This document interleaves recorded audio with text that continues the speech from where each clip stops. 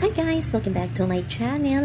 Ayan, parang may mensahe ang boyfriend ni Fiang dito sa labas ng bahay ni Kuya or sa outside world. Di natin alam kung boyfriend niya or ka-imo niya, si Kelly, si Sian Kelly Panganiban.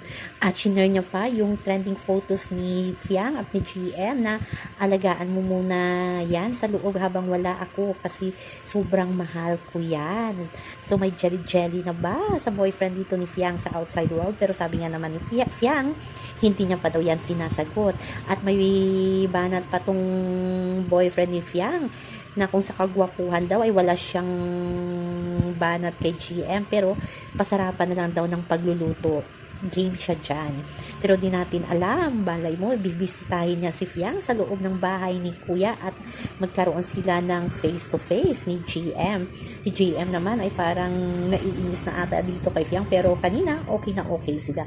Parang nakita na siguro ng Big Brother na parang may spark talaga ang dalawa at pwede maging love team.